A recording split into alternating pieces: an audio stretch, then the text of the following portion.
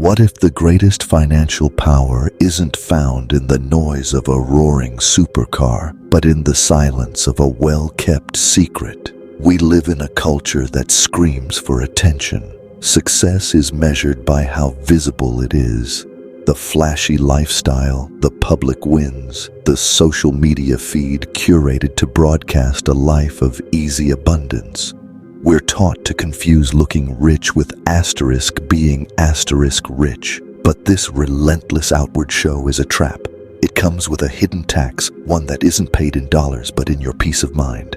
It attracts corrosive envy, the endless pressure to perform, and the gnawing anxiety of keeping a fragile facade afloat. It's a game of loud wealth, and it's a game most people are destined to lose.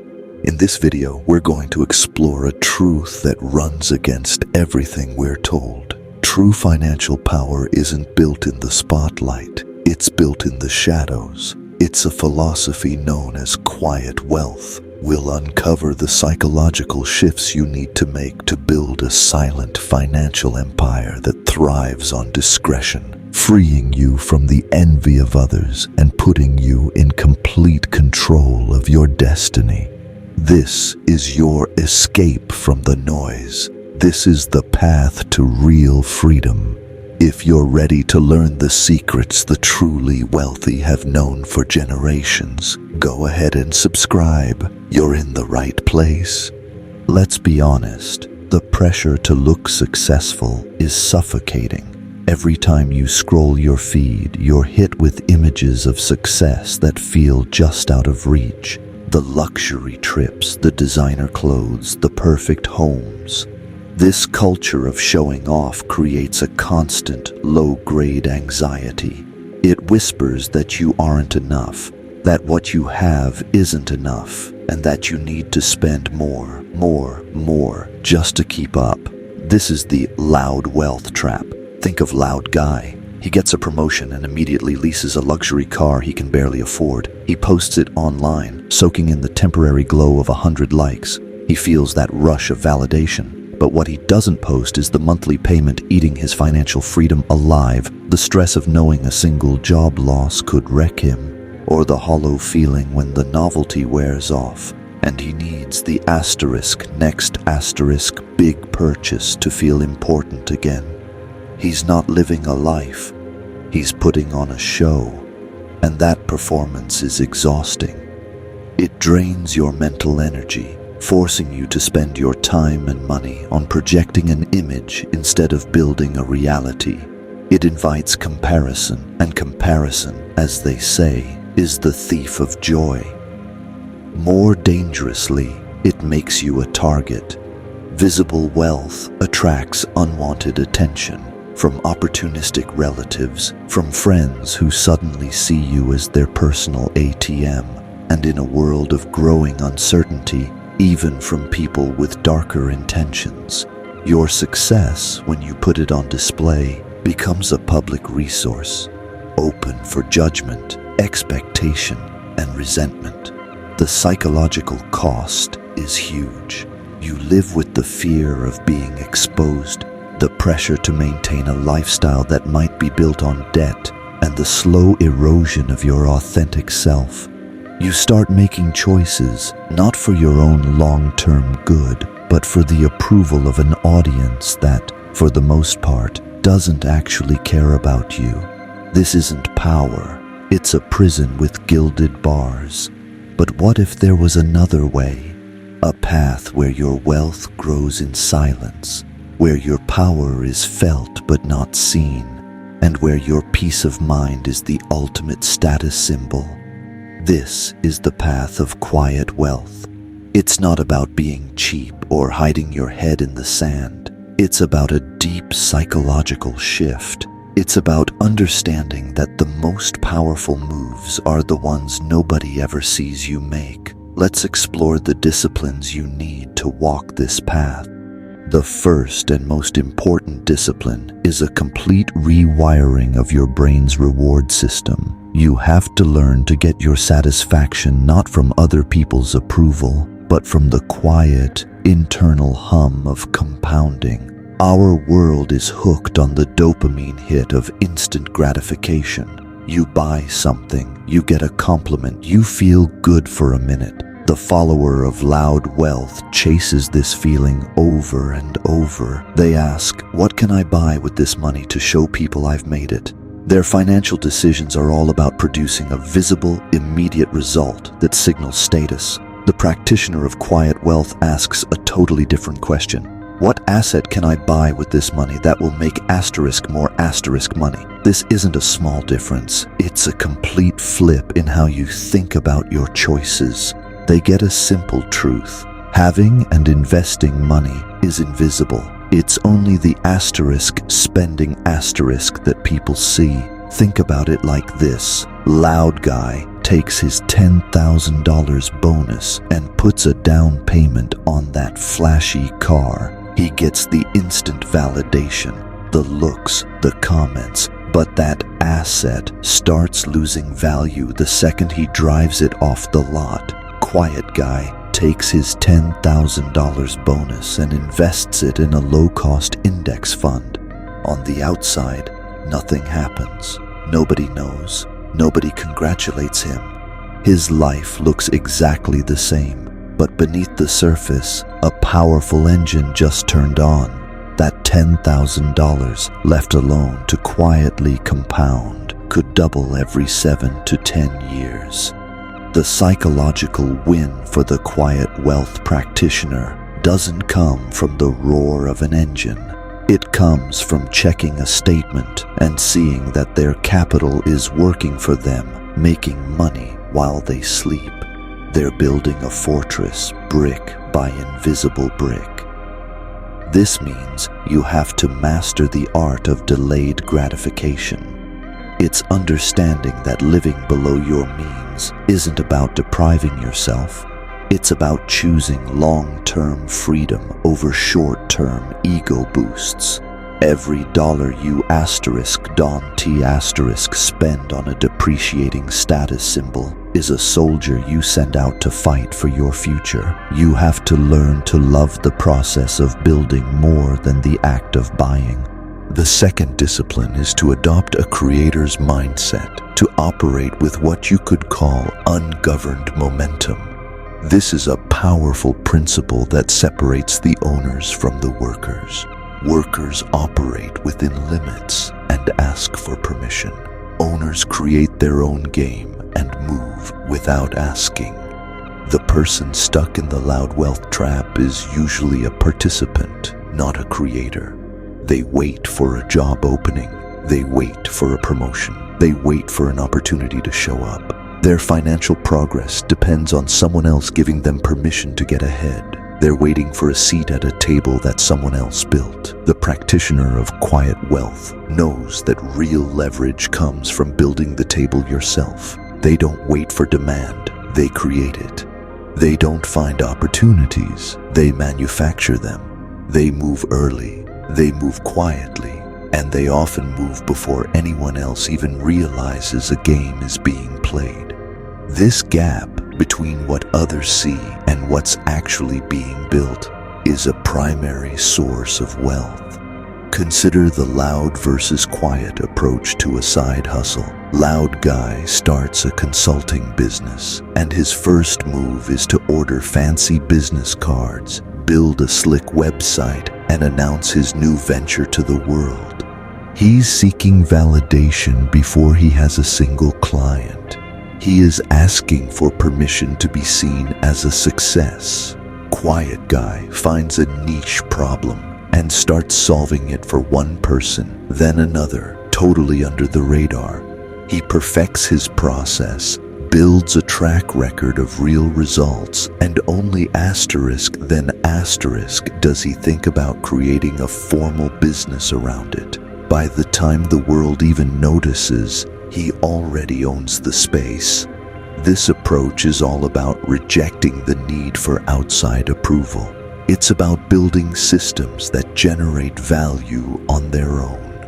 As these systems grow, permission becomes irrelevant because your results speak for themselves.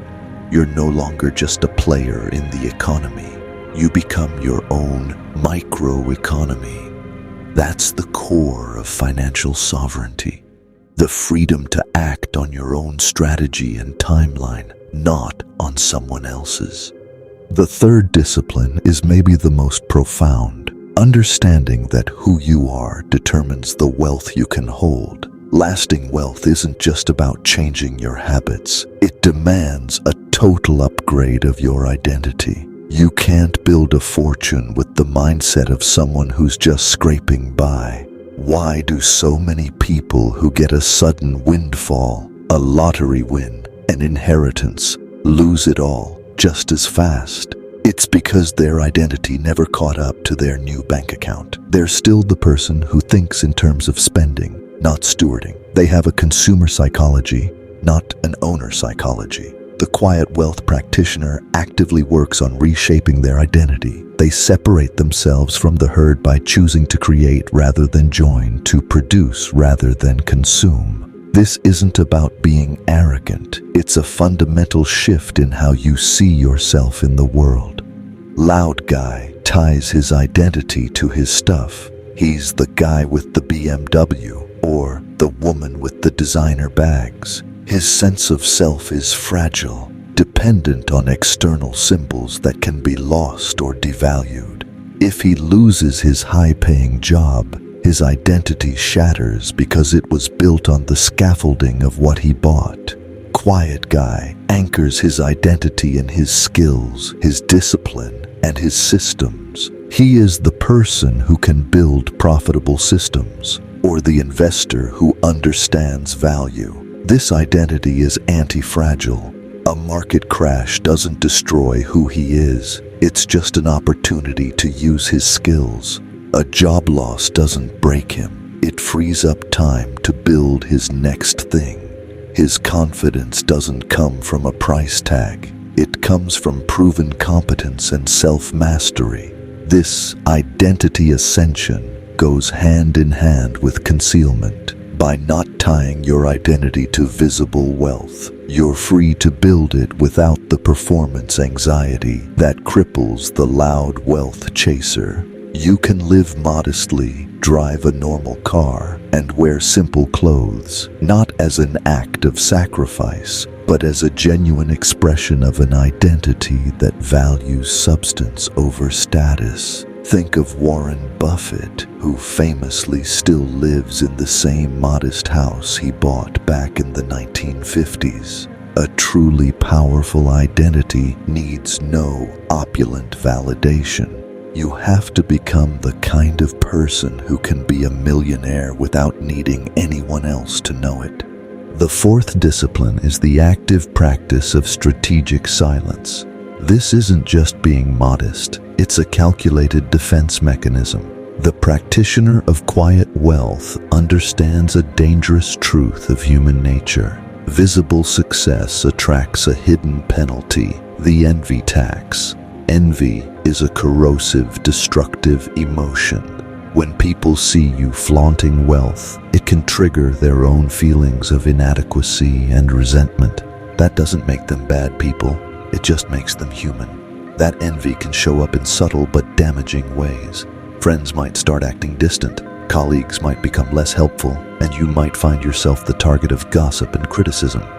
Your private victory becomes a public spectacle that invites opposition. Loud guy posts about his huge stock market win. He gets a few congrats, but also a wave of silent resentment. The next time he has a small setback, some of his friends might even feel a secret little bit of satisfaction. He also gets a dozen DMs from old acquaintances asking for a small loan or a hot tip, putting him in an awkward spot that strains his relationships. Quiet guy has the exact same stock market win. He tells no one. He feels the satisfaction internally. His relationships stay the same, built on genuine connection, not on what people think is in his bank account. He protects his money from requests and his friendships from the poison of jealousy. He gets that the best way to win the game is to not let people know you're even playing. This strategic silence is also a powerful form of psychological armor. By not broadcasting your moves, you insulate yourself from the opinions and judgments of others. You're free to make bold, contrarian decisions without having to justify them to a skeptical audience. You can buy when everyone is panicking and sell when everyone is euphoric because you're not influenced by the noise of the crowd. Your strategy stays pure, guided by logic, not by the need to look smart to your peers. Silence becomes your secret weapon. The fifth discipline is to become an architect of invisible structures. Real wealth isn't a pile of cash in a bank. It's a network of assets that generate income and grow in value, almost entirely out of public view. The quiet wealth practitioner is obsessed with building this unseen architecture. Classic studies of the wealthy, like those in the famous book *The Millionaire Next Door*, consistently show that their success comes from years of regular, consistent investment in boring, unseen assets. This reveals a crucial mindset. The wealthy understand that the foundation of their fortune is unglamorous and almost entirely invisible. Loud guys' assets are visible: a luxury car, an expensive watch, designer clothes. These are actually liabilities pretending to be assets. They project wealth, but they actively drain it. His financial statement is a performance piece. Quiet guys' assets are invisible. They're lines on a brokerage statement, shares in a business held through a generic-sounding LLC, or rental properties managed by someone else. There's no external signal of this ownership, but these assets are working for him 24/7, generating dividends, rental income, and capital gains. His financial statement is a machine designed for one purpose: to generate more financial energy. Building this architecture involves a few key moves. First, a relentless focus on buying income-generating assets. Before any luxury purchase, the quiet wealth practitioner asks, "Do I own an asset that could pay for this first?" They don't just buy a boat, they buy a rental property whose cash flow can one day pay for the boat. This flips the entire psychology of spending. Second is the smart use of legal structures that promote privacy and efficiency. This means maxing out tax-advantaged accounts like a 401k or an IRA in the US or their international equivalents, using trusts to hold assets for the next generation, and owning real estate through entities that provide both liability protection and anonymity. This isn't about shady tax evasion. It's about smart legal optimization. It's about recognizing that your financial life is your business and it doesn't need a press release. By building this architecture of invisibility, you gain a profound sense of psychological freedom. You're liberated from the need to signal success because you can feel the strength of the foundation you're building right under your feet. This is a totally different way of thinking about money, isn't it? It's a quiet revolution against a loud and anxious world. Which of these disciplines hit home for you the most? Let me know in the comments below. And if you're getting value from this, do me a favor and hit that like button. It tells the algorithm that this is a conversation worth having. The ultimate goal of all these disciplines is to achieve the sixth, economic sovereignty. This is a state of being where you no longer need anyone's permission, validation, or approval for your financial life. It's the point where your systems have generated so much financial independence that you become immune to the opinions of others and the chaos of the market. This is where wealth stops being about money and starts being about absolute freedom. The person who lacks sovereignty is always dependent. They depend on a single employer for their paycheck. They depend on the mood of the market for their sense of security. They depend on their social circle's approval for their lifestyle choices. Their entire emotional state can be wrecked by a bad performance review, a stock market dip, or a critical comment. The sovereign individual has systematically cut these strings. They've built multiple unrelated income streams, so if one fails, it's not a catastrophe. They have a large cash buffer, a peace of mind fund that lets them handle emergencies without panic. Their self-worth is internal, forged in discipline and competence, not given to them by others. This sovereignty gives you what can only be called pressure immunity. When your financial life is built on a rock-solid, independent foundation, you can stay calm under pressure. Wealth isn't won by the smartest person in the room, but by the most stable. The sovereign individual can watch the market crash and see it not as a disaster, but as the fire sale of the century.